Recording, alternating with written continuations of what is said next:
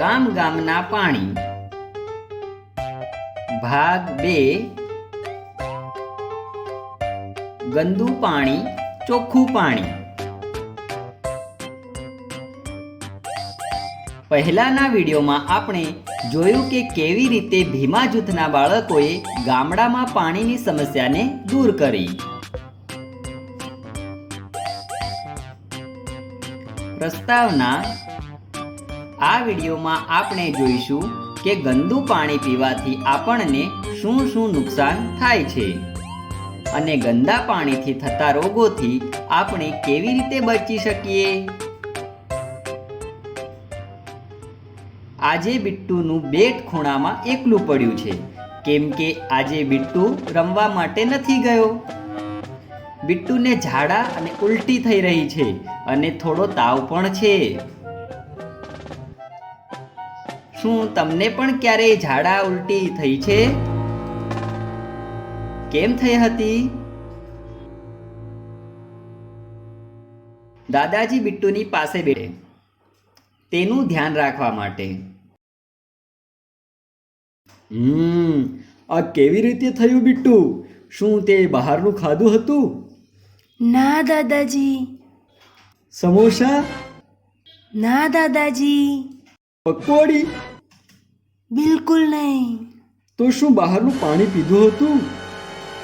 બિટ્ટુ વિચારવા લાગ્યો કે કાલે તેણે શું શું કર્યું હતું અને શું એણે બહારનું પાણી પીધું હતું। અરે હા દાદાજી, કાલે હું જ્યારે મિત્રો સાથે રમી રહ્યો હતો ત્યારે મેં બાજુના કૂવામાંથી પાણી પીધું હતું।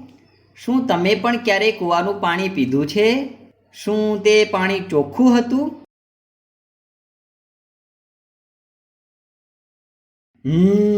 તો તારી તબિયત કદાચ એ જ પાણીના કારણે ખરાબ થઈ હશે। ના દાદાજી, તે પાણી જોવામાં તો એકદમ ચોખ્ખું હતું। બિટ્ટુ, આ જરૂરી નથી કે જે પાણી જોવામાં ચોખ્ખું છે તે પીવાના લાયક પણ હોય। એવું કેમ દાદાજી? કેમ કે પાણીમાં ઘણી બધી વસ્તુઓ હોય છે જે આપણને દેખાતી નથી। બરાબર, પણ કઈ વસ્તુઓ દાદાજી? કેટલી બધી વસ્તુઓ હોય છે બિટ્ટુ, જેમ કે કીટાણુ અને ફેક્ટરીઓથી નીકળતા હાનિકારક રસાયણ। ક્યાંક ક્યાંક તો પાણી ઘણું વધારે ગંદુ હોય છે। આંધ્રપ્રદેશના નલ્લામડાના લોકો તો મહેમાનને પાણીની જગ્યાએ શરબત આપે છે।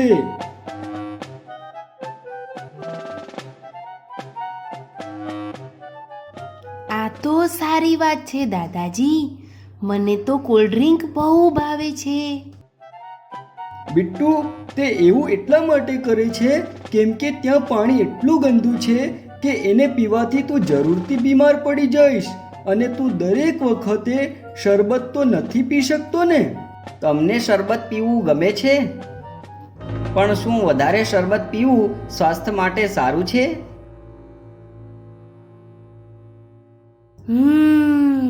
સમજ્યો, પણ નળનું પાણી તો સાફ હોતું હશે, તો પછી આપણે હંમેશા નળનું પાણી પીવું જોઈએ, બરાબર ને દાદાજી?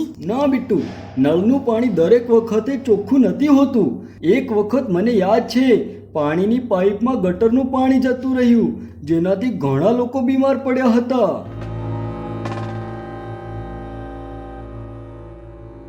ઓહ, આ તમને કોણે કીધું દાદાજી? બિટ્ટુ, આ સમાચારમાં આવ્યું હતું, એટલે આપણે હંમેશા સમાચારો પર ધ્યાન આપવું જોઈએ।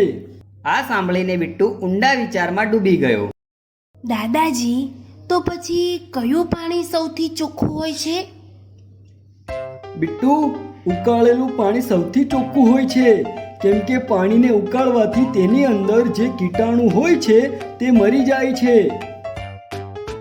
તમે પાણીને પીવા લાયક બનાવવા માટે કઈ પદ્ધતિ અપનાવો છો?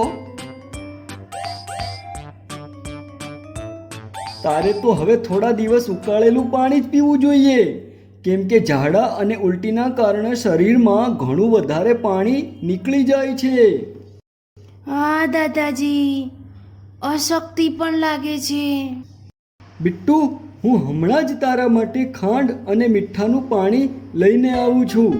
દાદાજી ઉકાળેલા પાણીથી બિટ્ટુ માટે ખાંડ અને મીઠાનું પાણી તૈયાર કરે છે.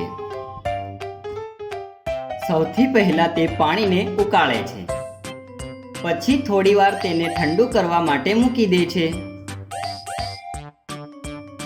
એના પછી એમાં થોડી ખાંડ અને મીઠું નાખે છે અને પછી ચમચીથી હલાવે છે. પછી દાદાજી એને ચાખીને જુએ છે કે આનો સ્વાદ વધારે ખારો તો નથી ને. આ પી લે બિટ્ટુ, અને જો થોડી વાર પછી તારા ઝાડા સારા ના થાય તો ડોક્ટરની પાસે જઈશું.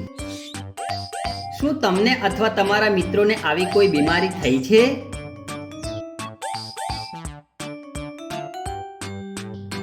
એક કામ કરો, એક કોષ્ટક બનાવો, કંઈક આવી રીતે. હવે આ કોષ્ટકમાં તમારા મિત્રોના નામ અને તેમને થયેલી બીમારીનું નામ લખો. પછી શોધો આમાંથી કઈ કઈ બીમારીઓ ગંદુ પાણી પીવાથી થાય છે.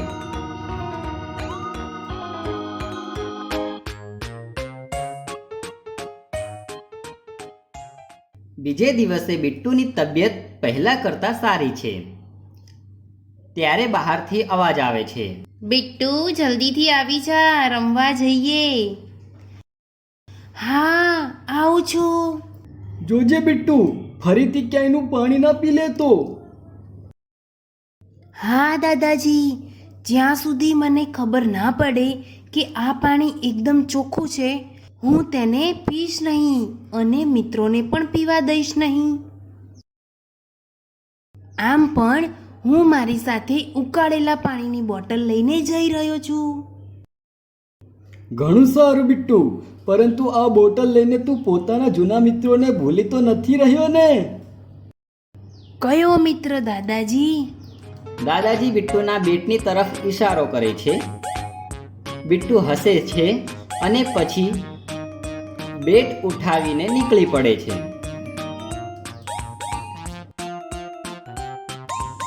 સારાંશ: આ વિડીયોમાં આપણે જોયું કે ગંદુ પાણી પીવાથી આપણને શું શું નુકસાન થાય છે